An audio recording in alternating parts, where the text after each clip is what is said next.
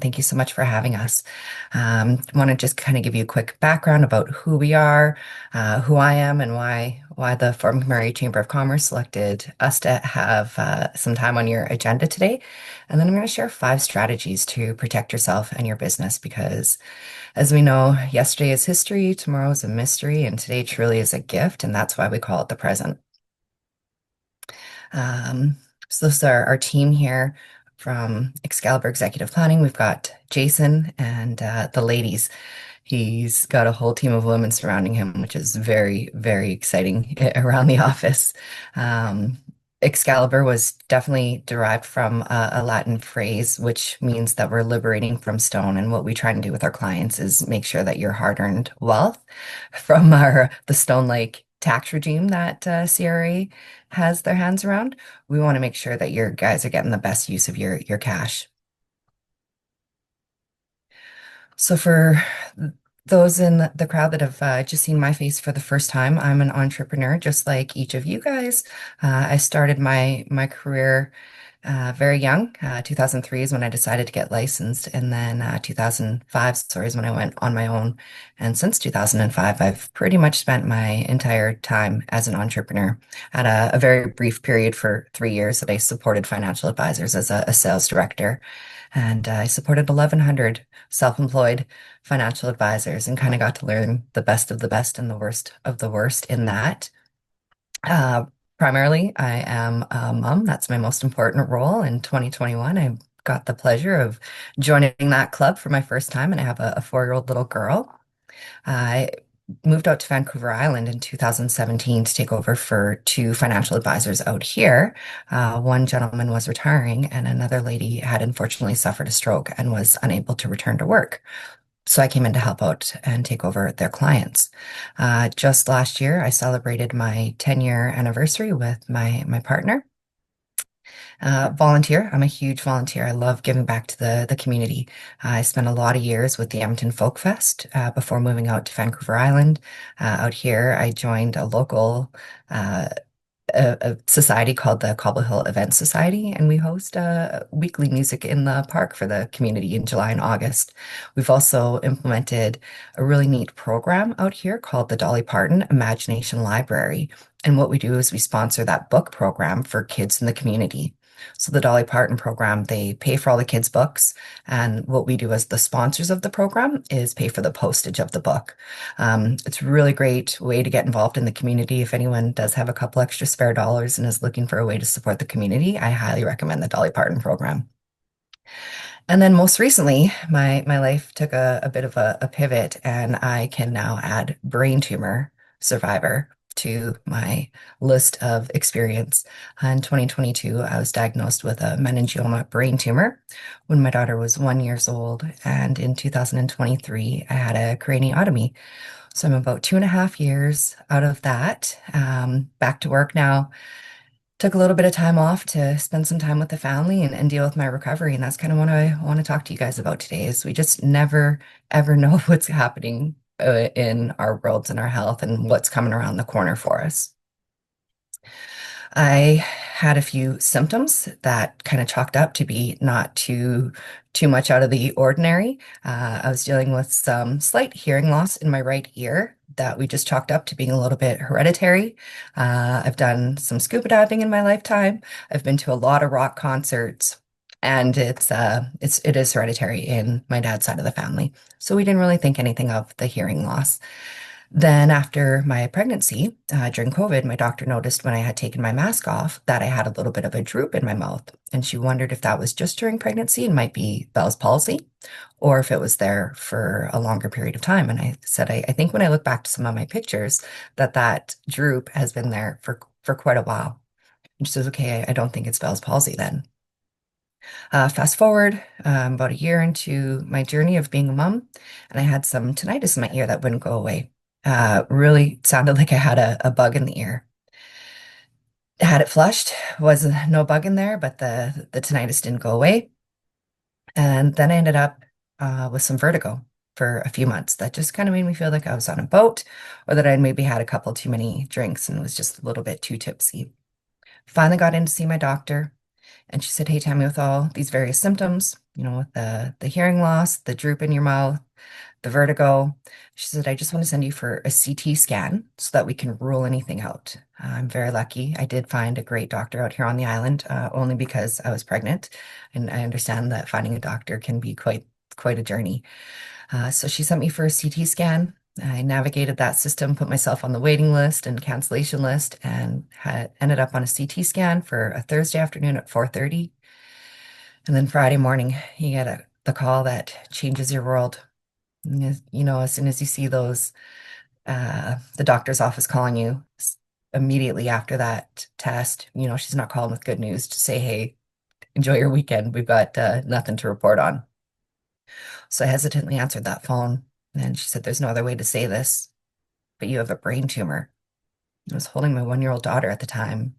And just like the Snoopy show, you just hear, "Wah, wah, wah, wah, wah, wah." I'm not sure what was said after because I got lost in the new journey of finding out that I have a brain tumor and wondering what life's going to look like with the 1-year-old now.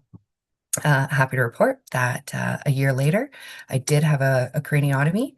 It was a 16-hour surgery. It was pretty intense, but I walked out of there and I'm still here today. And it brought me the gift of time, of being able to spend some time with my family and not being a very busy entrepreneur, because you all know as business owners, you don't have the time to sit down.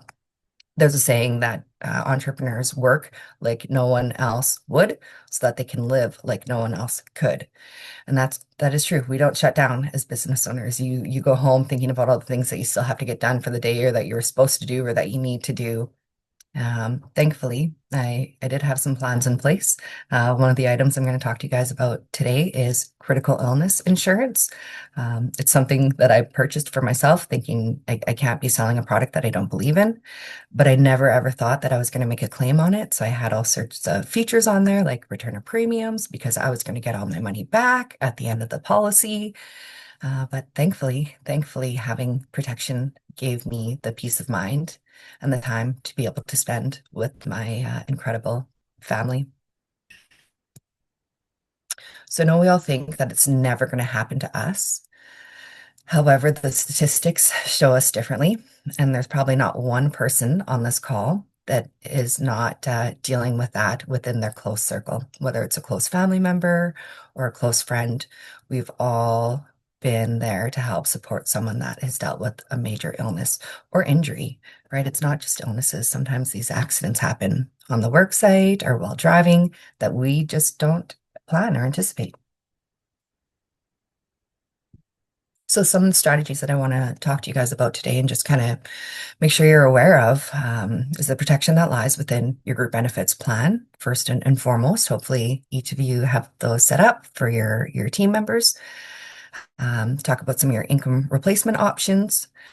Something that's a little bit more unknown is there's a protection called key man and business overhead. Life insurance is a general topic, but I know there's a lot of confusion around the different types. And then I want to briefly talk about buy-sell agreements and ensure that you have one properly documented. And not only is it documented, but that it's funded in the event that it ever needs to be used. So when we talk about our group benefits, there's a couple of different components that typically make up the group benefits plans. Life insurance and the medical and prescription are kind of the two mandatory pieces for it. And then there's short and long-term disability that are optional benefits to join it. These are unique to every single company because every company can set up and design their own benefits plan, what features you want to offer, how much you want to offer in terms of features. I really recommend that you pull out your benefits booklet, give it to your financial advisor. Um, I know it looks like a bit of a novel if it's something that you're not used to reading through, but your financial advisor can absolutely pull out some of the key information that you're going to need in there in about 30 seconds, just giving it a quick glance over. Number one, is disability coverage offered through your group benefits plan? We've seen many plans where they just offer the health and dental, the mandatory pieces, and they don't actually offer any short and long-term disability. We've seen plans where they might offer just long-term disability, but not short-term disability, which means that you would have to be off work for an entire year. It'd have to be very serious before that disability plan is going to kick in. Now, if you don't have any savings or there's no backup plan, that year is going to take a long, long journey if there's no safeguards in place. The definitions within a disability plan are something else that I'd recommend taking a look at. Certain things like, do you have to be totally disabled in order to make a claim or partially disabled? Because let's be honest, as a business owner, if we're sitting in the hospital and we're able to answer emails and phone calls, we're probably going to be answering our emails and our phone calls because we still need to move ahead. Even though we should be recovering, we still have a business to run per se.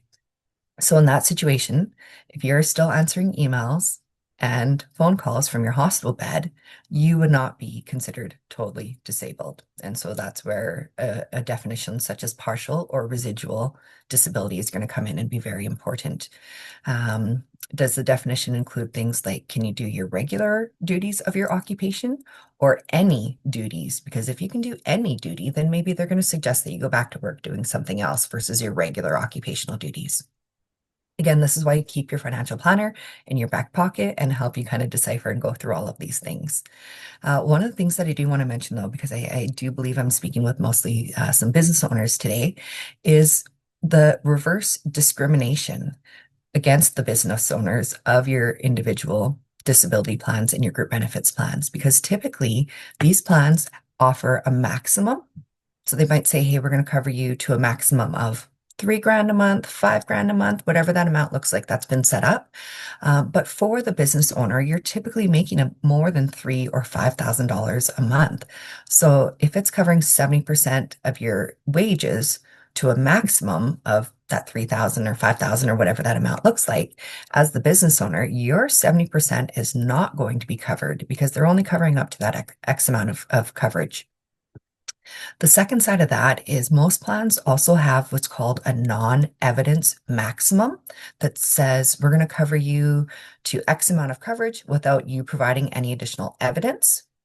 And unless you've applied for the amounts above that non-evidence maximum, come claim time, you will only be eligible for that amount up to that non-evidence maximum. So that's something that I really suggest taking a look at your group benefits plan, is knowing what that non-evidence maximum is, and then double checking that you've applied for extra, because the last thing you want is that claim time, finding out that you're not going to have enough money to survive while you're dealing with your recovery. Critical illness is another optional benefit when it comes to group benefit plans that I see a hit or miss. Some advisors wholeheartedly believe it and will make every client ensure that they're aware of their options and even have you sign off on a liability waiver saying that you're choosing not to have any critical illness coverage, just to ensure that they know they're protecting themselves and their liability. Where I've seen other advisors who aren't quite comfortable talking about it and maybe haven't even brought it up to their benefit plans. So please take a look at your critical illness coverage. That's protection for your teammates, that some of them are probably like family to you. And if something happens to their health and all of a sudden they're having a heart attack or a diagnosis of cancer or MS or anything along those lines, and they're not able to work, you want to know that you've done what you can. And for a couple dollars a month to offer that protection, I think it's definitely something that should be considered. I am even going to suggest that you look at topping up critical illness above your group benefits plan, which I'll chat in a few more minutes about.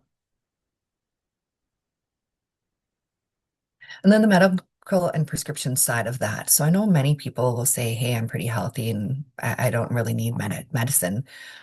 But if that changes in 1 second and all of a sudden tomorrow you need medications that are $10,000 a month that might not be covered under a benefits plan because it's maybe a trial medication or something that's not approved by the Alberta government, or that DNS number is not approved by your benefit plan, that's going to be out of pocket. And I know that's going to quickly deplete your savings really fast if something like that happens. Unfortunately, right now I have a cousin who's turning 40 this weekend, and she was diagnosed with ALS last year. And one of her medications is over $10,000 a month. And there's times that she debates not even taking it because the co-portion of the non-group benefits that she's paying for that can still be a lot when now she's not working anymore. So we just never know what's going to happen, and it's better to be prepared than not. When we're talking about some income replacement overall, you may or may not have that disability coverage through your group benefits plan. Whether you do or not, you definitely want to review the details of that and just be in the know. I remember one client, when I reviewed his plan, he realized that he didn't have any short term, so he would have to be off work for 6 months before his long-term disability would kick in. And then it was a maximum of $2,500 a month. And he was upset with me about it. And the thing is, I didn't set that up. That was his group benefits plan. So that's where your financial advisor comes in, just to bring that awareness and help look at those options and definitions and just making sure that you're okay. I've got a client who's an elevator mechanic. He's got a plan through the union. It's a pretty decent plan, but the monthly income that he would receive is not enough to cover all of his bills. So we just did a bit of a top up to make sure that he can buy himself some decent groceries and not just be stuck eating Ichiban. Some people might enjoy Ichiban, but I don't think you want to be eating it 3 times a day, every day, if you don't have to. So it's just knowing what that is, and not being caught off guard, because life can throw us some curveballs sometimes. I've talked about some of these definitions within short and long-term disability, but I want to chat a little bit more about critical illness coverage, because I think this is something that not enough people know about or fully understand how it works. So in our world, we actually like to describe critical illness as the reverse lottery. And in my situation, I want to say that I actually won that reverse lottery, because as a brain tumor survivor, if you can believe it, I was actually, I don't want to say kicked out of the hospital, but I was sent home a day and a half after surgery. Somehow I ended up in the hospital longer after giving birth than I did after having a 16-hour craniotomy. And they sent me home after that day and a half to um, just take my medications and rest at home, knowing that I had a whole lot of support there. With situations like that, because I wasn't off of work per se, I didn't have full restrictions. It's not that I wasn't able to work. I could have returned to work, but that time allowed me, and my policy allowed me to have that time with my young family and to fully recover, versus being forced back to work in order to pay our bills and be able to eat and make sure that our lights were going to stay on. Funny enough, I never felt that I had enough coverage, because I always thought, if something does happen to me, is this going to be enough? If I permanently will not be able to go back to work, is this going to be enough for me? So in my head, I always wanted to buy more coverage. Sometimes some of these illnesses might make you change careers. I've got a friend who was an electrician, but after his MS diagnosis, he had to change his careers because of the shakiness of his hands. He obviously can't be working with the wires. So he's now had to change careers and go back and re-educate himself. He's not doing something that pays the same. So we just, again, you got to be prepared for these unknowns. I've seen, and we've all seen, request after request coming in for these GoFundMe accounts, because unexpected things happen in life and that we're not prepared for. So if you don't have your own plans in place, the last thing you want to be doing about is thinking about your financial struggles and how you're going to make these ends meet when your life has been flipped upside down. I mentioned earlier that critical illness can actually be kind of considered and looked at as free insurance, because there's a couple of options that you can put on your coverage that makes it free. So I do always suggest, 99.999% of the times, that you always add an option called return a premium on death. And if something were to happen, like you were to get in a car accident or pass away from a natural cause, before making that claim on your critical illness policy, they're going to give you all of your premiums back. You're going to get every penny back. They also have another option called return of premium on surrender or expire. So if after a certain point in time, you've decided, hey, I feel comfortable, I've got enough money in the bank that if something were to happen, it's not going to wipe out my retirement, I'd like to get all my money back, take a nice little vacation. You can get all your money back at retirement or on expiry as well, which is a great little feature. A third option on critical illness to consider for the business owners is they have a way to set up the structure called a split dollar, where both you and your corporation are parties and beneficiaries to your critical illness policy. So what it is you set up the policy through the corporation that can be there to help cover cost in the business if something were to happen. And you add on the rider for the return of premium on surrender and expiry. And what you do is you T4 yourself a taxable benefit for the cost of that rider for the return of premium on surrender. And so now this is a benefit that you've paid for personally. You'll have an agreement laid out between you, the insurance company, and your corporation outlining who owns which benefit. And then at the end of that 15-year mark, when you surrender the policy, because you've paid the taxable benefit on owning the portion of the return of premium, you would actually get that portion back to yourself personally out of the corporation on a very tax preferred basis. So I'm going to show you what I mean with that. This situation here, I just ran for generic 40-year-old male non-smoker. I looked at a solution that offers a permanent policy and you're paying up for 15 years. So not too many people want to still be making premium payments or any payments that they have to in retirement. So that's why I ran this particular scenario on a 15-pay basis. So that come retirement time, pre-retirement, he's going to have this policy paid up. The return of premium on death adds an extra $70 a year.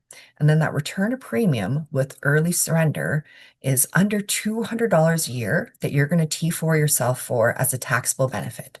So your bookkeeper, your accountant is going to add a line item for $200 a year onto your T4.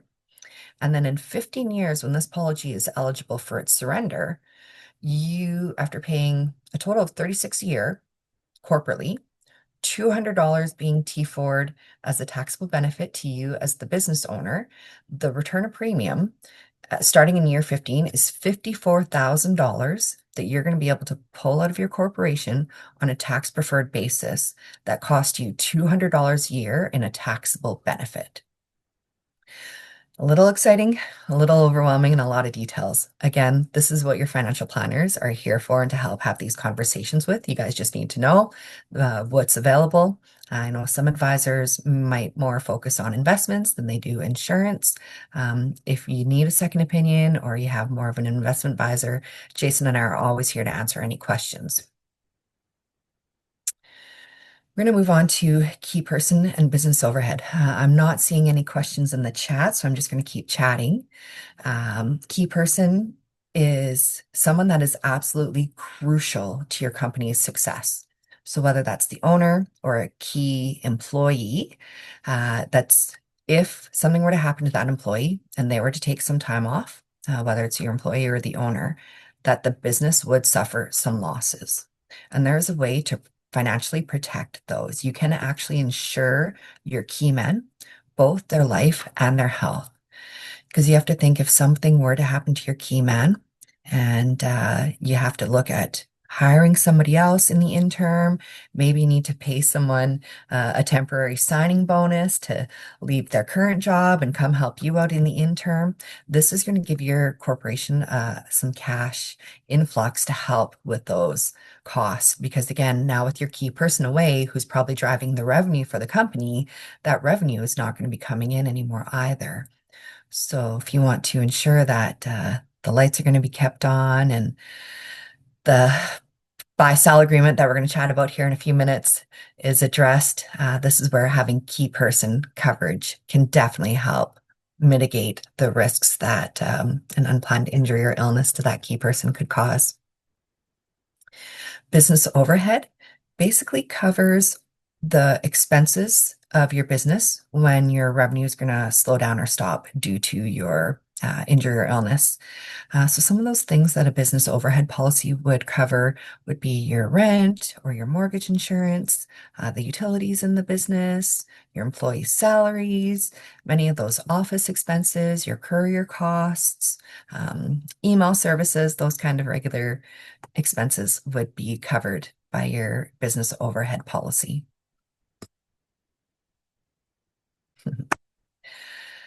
Next strategy to help protect yourself, life insurance. I know it's a very daunting subject, but we know that the only two things that are guaranteed in life are death and taxes. Um, we got to plan for them. We got to plan for them. I know a lot of folks would like to say, "Hey, I'll just gift the cabin onto my kids when I pass away," and you can absolutely gift your cabin to your kids, but there's going to be a tax bill associated with it. And depending on what phase your business is, there could most likely be some tax, potentially some double taxation that happens within the business as well. Um, I'm not really sure of the crowd here and how many folks are operating potentially both holdcos and opcos. But there's a lot of really great planning tools that can be done between the holdcos and the opcos when looking at tax and estate planning. And again, that's what our jobs are. Between Jason and I, we've got 50 years of experience between us. My face looks a little bit younger than that, but I've been around in this world for over 20 years now. So we've learned a few things. We've both got separate designations in addition to our CFPs called CLU, which is Chartered Life Underwriter, and that's Advanced Tax and Estate Planning. So as much as these things are pretty overwhelming to some people, folks like Jason and I get really excited about doing your tax and estate planning and making sure that your assets are going to be left to the beneficiaries of your choosing and that you don't want to make Siri a bigger beneficiary than you need to.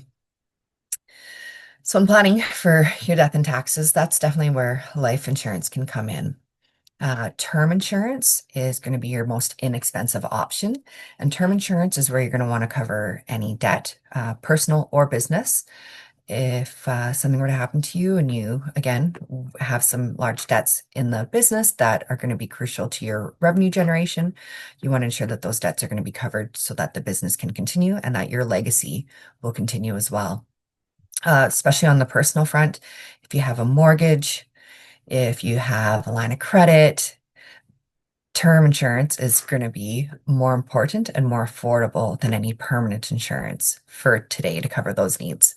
Income replacements, if you're the major income earner in the home, even if your home was paid off, the debts were paid off, is your surviving spouse still going to be able to maintain their standard of living and do all the things for the family that they would need to? Do you have educational costs covered? And then spousal and family requirements. So often we'll see in divorce agreements that life insurance is still required on one of the spouses just to ensure that the family is going to be taken care of in the event that an unplanned injury or illness were to occur. So you'll see that in spousal agreements. And term insurance can be good to cover those things because it's really while your children are minors that you want to make sure that they're going to be taken care of. I always say to my clients, needs and wants are two different conversations. You need to ensure that you have certain things covered while there's debts and the children are young. Wanting to leave your children a bit of a legacy when you're older and not in debt is a different level of planning and it will require a few different conversations. Permanent insurance. I find this is a pretty interesting discussion at times. In my personal opinion, there's a time and a place for it, and I don't believe that everybody needs to have a full permanent insurance policy if they don't have some of their other key important items in life dealt with first. We've got the tax-free savings account today that is a little bit more liquid and accessible. That I would say if you haven't maxed out your tax-free savings account, you probably don't want to start thinking about maxing out a permanent policy.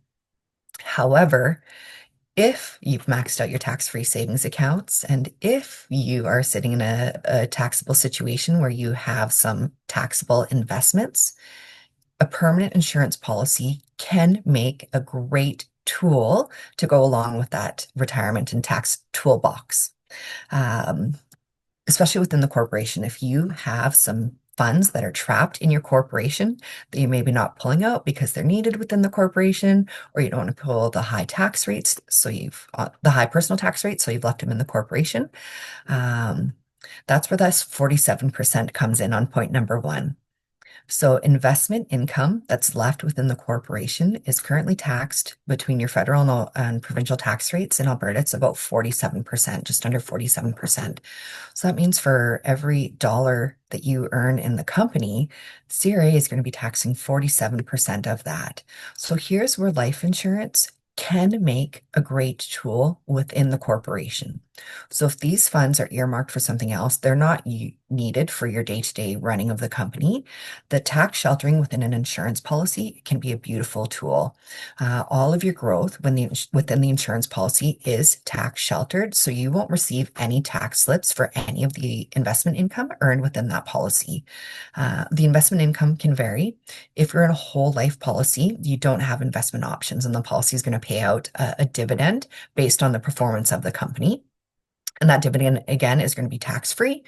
And if you're in a universal life policy, you can choose your investment options within a universal life policy, depending on your risk tolerance. You can have GICs, high interest savings accounts. You can get into the bond and equity market. You can have a bit of a split. That's where your financial advisors come in, though. But number one, an insurance policy within your corporation can today deal with your tax sheltering needs and help save some of that investment income tax from Canada Revenue Agency. They're mandatory, but in my head, they're the biggest mob in town, and any penny that we can help keep in your guys' pocket as the business owners and less in Canada Revenue Agencies is a win. And I don't care if it's $1, $100, $1,000, or $1 million. We're here to keep your money in your pockets. In the future, although you're not fully thinking about retirement planning today, although you might be getting close, depending where you are in your journey, the cash values within your insurance policy, again, can help with that retirement planning. It's just another asset class. And if you think of it this way, if you take your money from your left pocket and you put it in your right pocket, it's still your money, right? It's just sitting in a different type of asset class. So the retirement planning and again taking the funds from the corporation happens on a much tax preferred basis than just pulling the money out of the corporation. And this changes year to year, depending on what CRA does with tax brackets and tax changes and tax rulings and how they're going to tax dividends, those kind of things. And then third and last but not least, when it comes down to permanent life insurance, the tax and estate planning tool that it offers in helping to cover your tax bills, any estate liabilities that might happen in there. Your insurance is a great tool because it costs you a fraction of the dollar of the actual cost of that tax bill. So let's just say you have a $100,000 tax bill on death. You are either going to have to pull a lot more out of the corporation once it gets taxed to end up with $100,000 net personally, or you might be paying couple $1,000s in premiums to cover the cost of that tax bill, having the insurance company cut you a check for $100,000 to pay that tax bill for you. It's just a very efficient tool. And last but not least, quick discussion on buy-sell agreements. So anybody who is in business with another partner should absolutely have some type of buy-sell agreement in place. And it should be documented. Again, I know we all think we're invincible and it's not going to happen to us. But let me tell you, just when you least expect it, life is going to throw a pivot your way.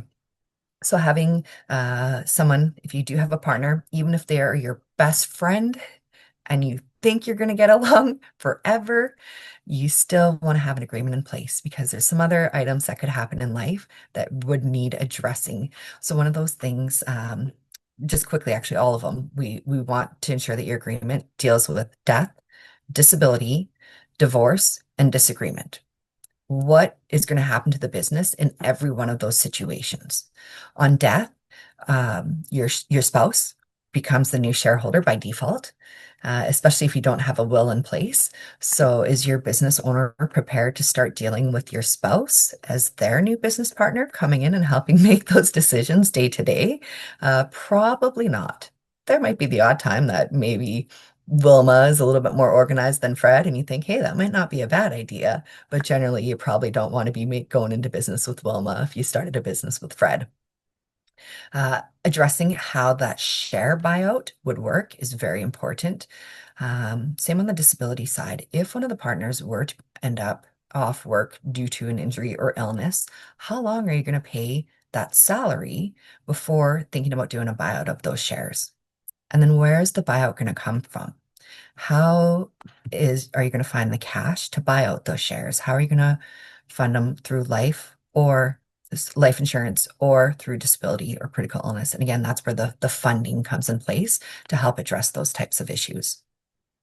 What about in the event of a divorce? I know sometimes as business owners, we work a lot of hours. Maybe we might neglect our households at some times, and divorces inevitably happen, especially in this day and age. I almost feel that the divorce rate is higher than 50% these days in chatting. So what's going to happen to the business in the event of a divorce of one of the partners? Um, are they able to sell out the shares? If they have to buy out the spouse in one capacity or another? Are they going to have to sell out their shares? What does that share sale look like? Can it go to anybody? Is it just a cross agreement where you guys are offering to buy out each other's shares first before they offer them out to the general public, and all of a sudden you're dealing with a random new partner? And then disagreement. What happens if you and your best friend get into a fight, or your business partner, and you just decide that it's not working well together? You had different expectations with each other. Maybe the expectations didn't get laid out ahead of time. So many reasons for these things to fall apart. Misunderstandings, they happen. So, do you have an agreement in place? And succession planning comes along with that. Maybe you're a solopreneur and you're just a one-man show and you don't necessarily have someone in place. What is going to happen to your business? Who does your spouse call?